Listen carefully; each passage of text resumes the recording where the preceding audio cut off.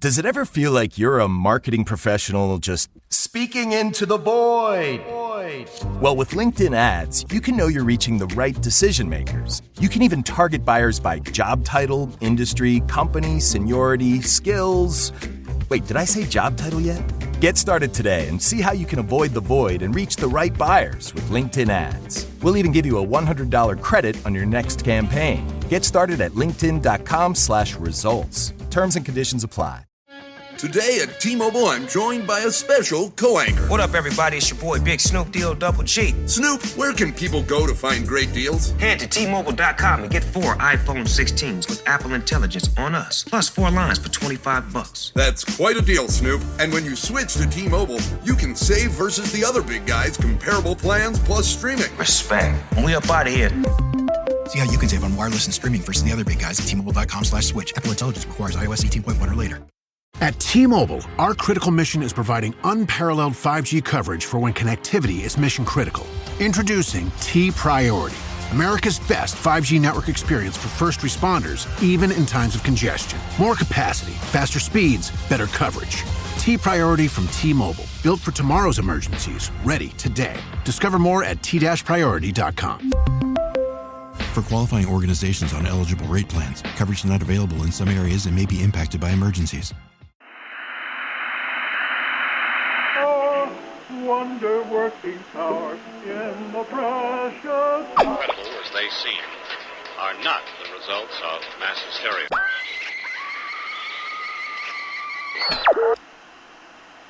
You may wish to adjust the dial. You're currently tuned into the wrong station.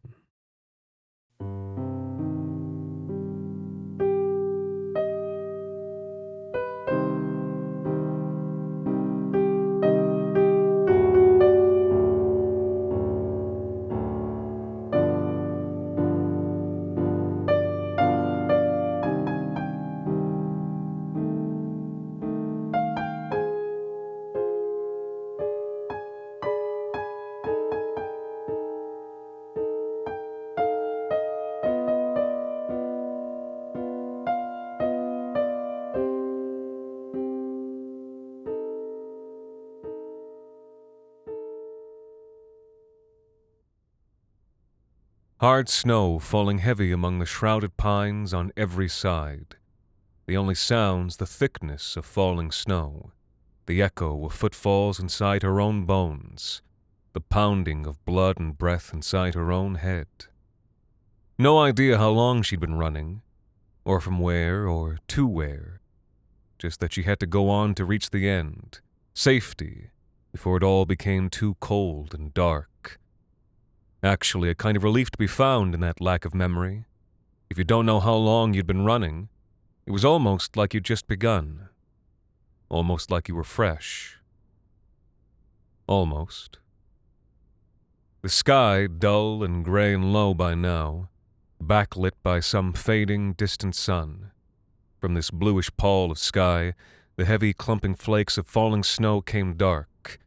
Then, against the darkness of pine boughs and bare trunks, they suddenly flashed into white life, before losing themselves among the 100 trillion corpses of their own. With no sun, she couldn't tell how much daylight she had left, couldn't lift 4 fingers to the sky to count out 15-minute increments. She could only run.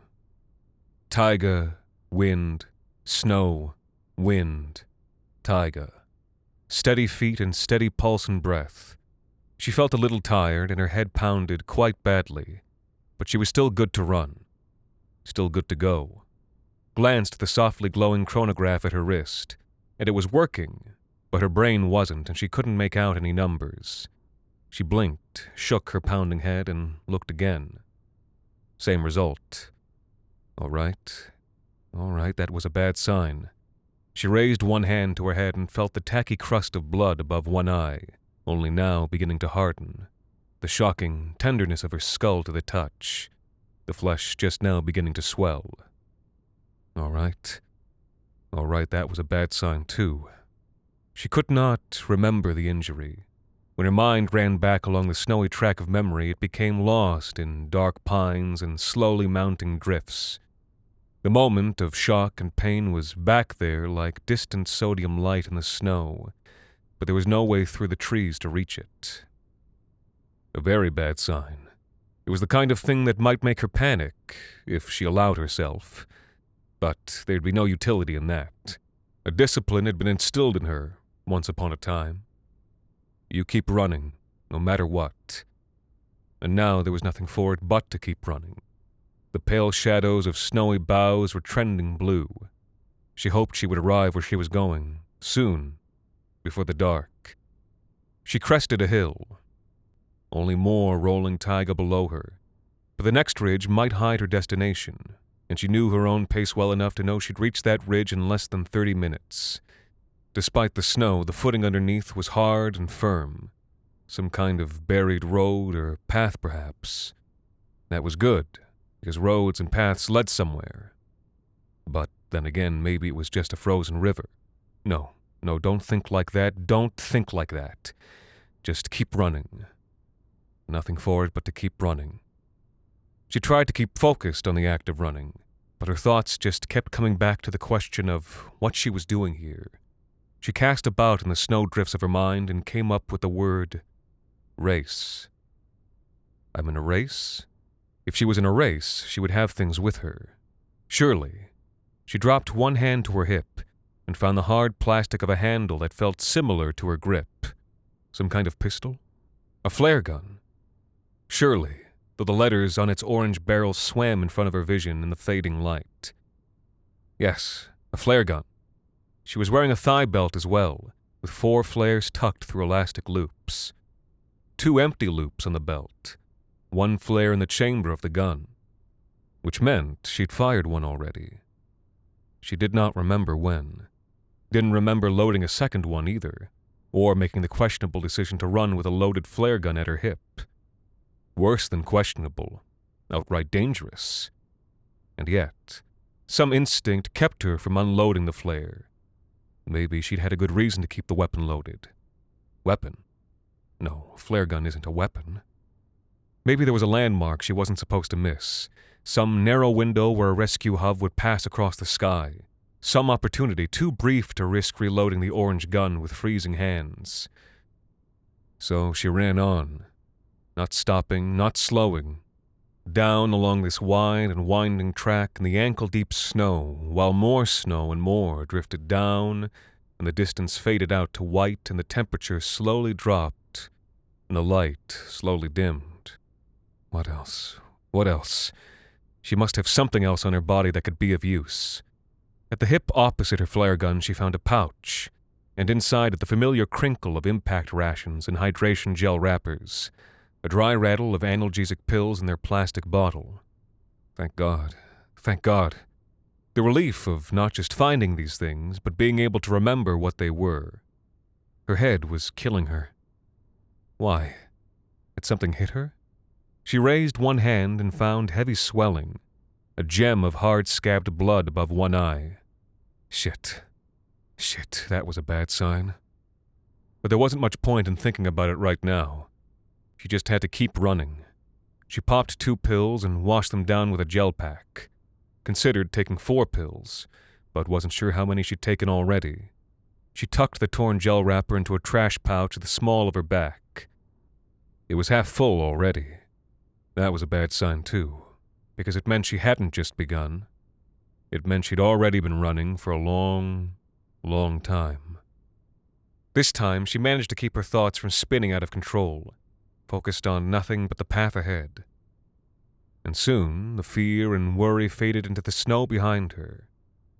She ran free. Turning aside from her smooth trail, she began to climb through thick snow to the top of that ridge she'd noticed ahead of her before. Was it the same one? Yes, it had to be. But when she reached the summit, there was no destination waiting for her on the other side. Only more long distances, taiga pines, and that wide, flat trail winding through the distance. A suggestion of tall hills at the edge of sight, but that vista was shrouded by the veil of snow slowly wrapping the world around her. She barely stopped to take in this view, only caught it on the run as she bounded down the far side of the ridge, That instinct drilled into her in some forgotten place and time. Keep running. Break momentum and you won't get it back. Slow down and the chill creeps in. The chill. God, she was so cold. Her toes already ice blocks in her shoes, slowly losing all sensation. All right, run faster then, to speed the pumping of her blood, and she opened up as she reached the shallow snow of that flat, meandering stretch again, the trees blurring faintly with her speed or weariness as they grew thick on either side. And something, she thought she saw something, bounding through their shadows parallel. Something big. And though she knew what she was seeing must be some trick of the mind, she tapped into not-so-bottomless reserves of strength to lengthen her stride even further. Whatever moved behind the darkness of the pines kept pace, a four-legged form loping and slithering through variegated black and whiteness. 4 legs. 6 legs? No, 4. But that meant it would be faster than her over short distances. Still, whatever it was, she could probably outrun it if she could just keep her pace and distance. Not many predators that size had stamina to speak of. Even canines could be run to exhaustion by a good human runner, especially in the tiring snow. And she was a good runner. Even with the rest of her identity winnowed away, she knew this about herself. Even with the world itself narrowed to just the ground ahead of her, it was her purest self, her truest expression. She was that which ran. Yet, still, that creature in the darkness of the woods kept its pace. From the way it bounded, seeming almost to swim through the snow, she could tell that this was its natural environment. Even now that it had emerged from the edge of the trees, she couldn't fully see what it looked like. The snow too thick, only a bounding grayness, sometimes cat-like, sometimes bear-like, sometimes almost snake-like as it followed alongside. She dipped deeper into rationed reserves and lengthened her stride a third time. For a minute, the distance between them widened, but then the creature also put on a burst of speed, churning snow along the riverbank, or the edge of road, not 50 feet away. That burst of blurry speed carried it past her, forward into the blinding static. It was almost fully dark on the taiga by now, almost a full whiteout too. The creature, whatever it had been, was gone in the snow ahead. So she veered toward the opposite bank, if it was a frozen river she ran along after all. She decided it must be. Yes, why else hadn't the creature attacked? Maybe because this was ice beneath her feet. Maybe it was strong enough for her, 120 pounds, but not for the 300-some-odd kilos of who knows what. It was now full dark, with the snow so blinding white that the surface of the world glowed dim with whatever feeble radiance bounced over the dark horizon. Near the injury on her forehead, her probing fingers discovered an earpiece. When she tapped it once, a hissing, static noise crackled in her ear. When she tapped it twice, an LED high beam blazed into life. Something had come loose in the earpiece's housing, made by the impact of whatever had caused her head injury. The light had a tendency to flicker. She tapped the earpiece again to try and stabilize her light. It went out. She tried again, and just as she was beginning to panic, the white beams blazed once more, cleaving the snowy dark. Not a moment too soon, for there was a tumble of fallen boulders jutting out into the frozen river, and as the light flared back into life, it revealed the creature crouched atop those stones and ready to spring. Cat-like, immense and gray-striped, not with 4 limbs, but 6, and a wide shovel-like head with black eyes of fire with yellow eyeshine. The teeth like white needles, like fish's teeth, the thick fur blowing in the wind, except where a burned and blackened patch wept on one side of its chest. She shouted and slipped in the snow, scrambling as the creature bunched itself to leap. Then she was bounced and running again as the creature crashed down behind her, and the ice cracked, and a low thunder ripped out beneath her feet. She put on a burst of speed like she'd never known she had as the ground beneath her split, and she was scrambling on all fours as a great plate of ice foundered in the black water erupting around her, and then she was back on steady footing, sprinting and sprinting, not daring to look back, even if she'd been able to see anything in the darkness and swirling snow. She strained her ears over the sound of her own pounding heart, trying to catch any sound of heavy paws pounding behind her. But she heard nothing, and after a few moments she had to slow down, or else collapse onto the ice to catch her breath. It was hard to slow her heart and pace and breath, but she did the best she could, and after several minutes passed, the adrenaline began to drain away, leaving her depleted, tired. But she didn't allow her pace to slow too much. Keep running. Don't think. Keep running. Now the night was growing colder. Even through her thermal suit, the petroleum jelly and clean-burning heat of impact rations, she was getting cold. After the spike of adrenaline, she couldn't feel her toes anymore. Her fingers would be next. But whatever discipline had brought her here kept her on program.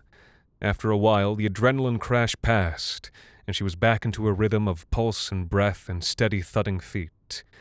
Pace she felt her body could keep up until it died of dehydration, if need be. So on she ran, and she was sure by now she'd left the creature far behind and drowned beneath the ice. Shortly afterward, she forgot about its existence altogether.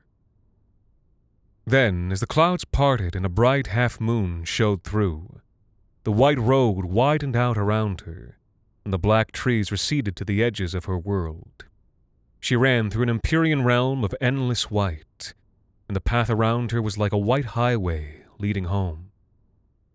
She turned off her headlamp, and for what felt like 100 years she ran like this, forgetting everything but the bliss of running and the oneness with the world, and the light of successive moons blossoming across the turning sky. Then the clouds drew back in, and the chain of little moons went out. She had to flick her headlamp on again, and a few minutes after that, the road ran out. She slowed.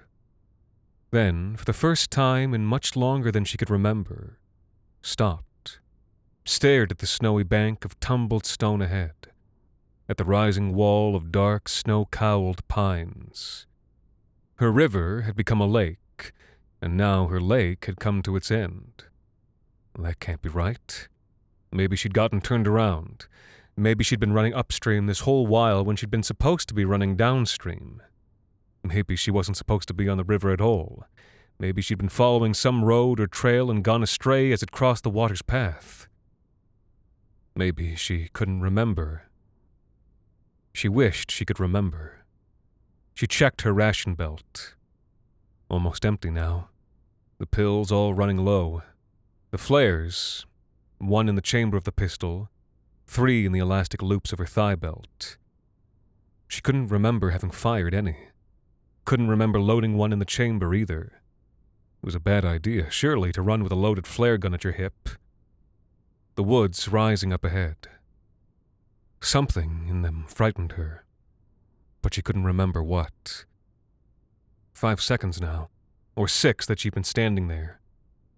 Too long. She could feel the cold snout of exhaustion sniffling at her heel and behind her ears, the chill already creeping in. There was only one way to get them off of her. Outrun them. Nothing else for it. So she drew a fierce breath and plunged ahead, vaulting up the frozen rocky steps of the bank, and then plunging through the trees. For some reason her body understood, but her clouded mind not. The pistol flare was clutched white-knuckled in her hand.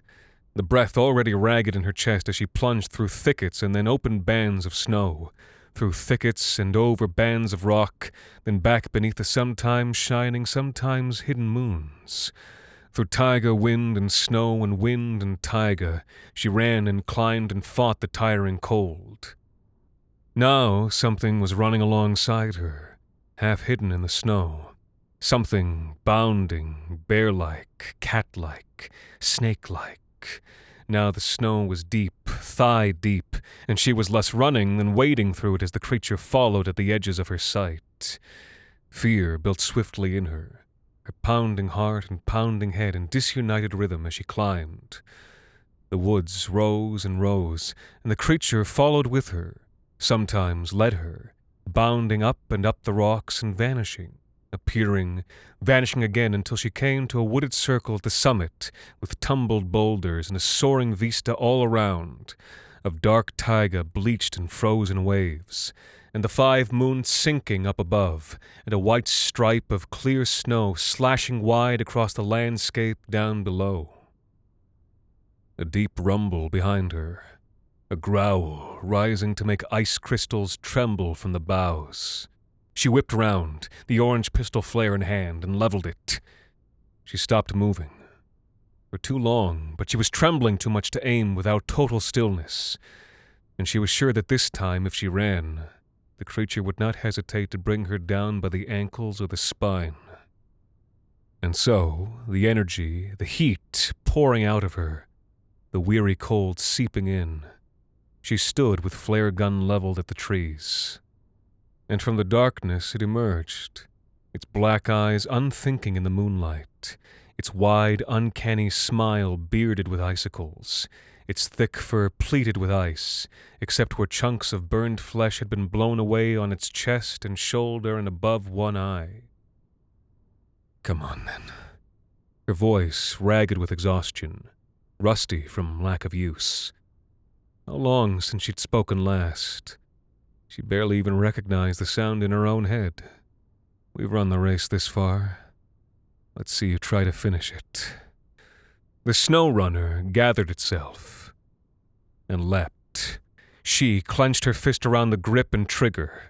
A streak of red erupted into the night, and the impact came with a thud and a tormented yowl, and then the creature's momentum carried it into her, and she was knocked airborne, and then she hit the ground hard and rolled over heavy boulders, and her head almost split open, and she thought she was screaming, and then she was sliding down a snowy slope like a child at Christmas, and somehow a flare was in her hand, and the pistol's orange breech was open, and she was ramming the flare home and snapping the barrel shut as she forced herself to her feet, and the creature was writhing in the snow behind her, with a burning star lodged crimson in its already ruined fur, and she raised the gun and fired again, and a neon comet struck the Snowrunner in its flank, and the creature screamed and scrambled backward through the trees. She let out a breath. A white cloud of crystal on the night. Her earpiece gone. Only reflected moon and snow to see by now. Hard snow. Falling heavy down among the shrouded pines on every side. The only sounds the thicknesses of falling snow. The echo of resounding blood and breath inside her head. The cold all seeping in. She needed to get moving. She knew that much. But where? She looked around all sides, the spreading vista of the taiga she had never seen before. And there in the distance, thank God, what looked like a white road meandering wide through the dark and snowy pines. That had to be her route. It had to be. A shame she should have wandered off, so far off course. And so she racked a new flare into the orange pistol and holstered it. Began to run, until the weariness wore off, and she was back into her rhythm, and the sound of steady footfalls echoed through her bones. She noticed, with a surge of hope, the half-filled footsteps leading down toward the road. Somebody had been this way before, not long ago. She was on the right track. She came down through woods and out onto a white, wide-open avenue, a highway that spread until the trees had all but vanished on either side. Empyrean realm of endless blowing white, and her heart lifted as she tracked the fading footsteps of the one who'd gone before. A trail of slowly freezing blood had reached her neck by now. One flare in the pistol's chamber, and only one flare on the belt upon her thigh. And in her hip pouch, All supplies were running low.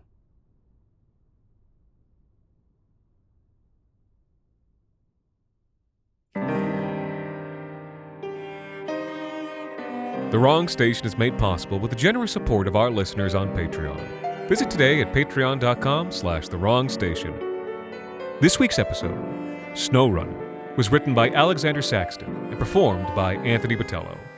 Thank you to Colorado Tao, Outlast Chance, Maury Cotto, Greg Schrader, Daniel Williams, Aurelian Ember Gardner, Brian Christopher, Peter Armstrong, Eduard Morizet, Kurt Hooper, Christopher Nakarato, Adrienne Ainsworth, Sophia Silviera, Rachel Favors, and Ransack 0894 for helping us keep the lights, well, off. The Wrong Station is co-produced by Alexander Saxton, Anthony Botello, and Jacob Duarte Spiel, with music composed and performed by Alon Citron and arranged for the viola and performed by Viola Schmidt. You can follow The Wrong Station on social media at The Wrong Station and email us at thewrongstation@gmail.com. And until next time, thank you for listening.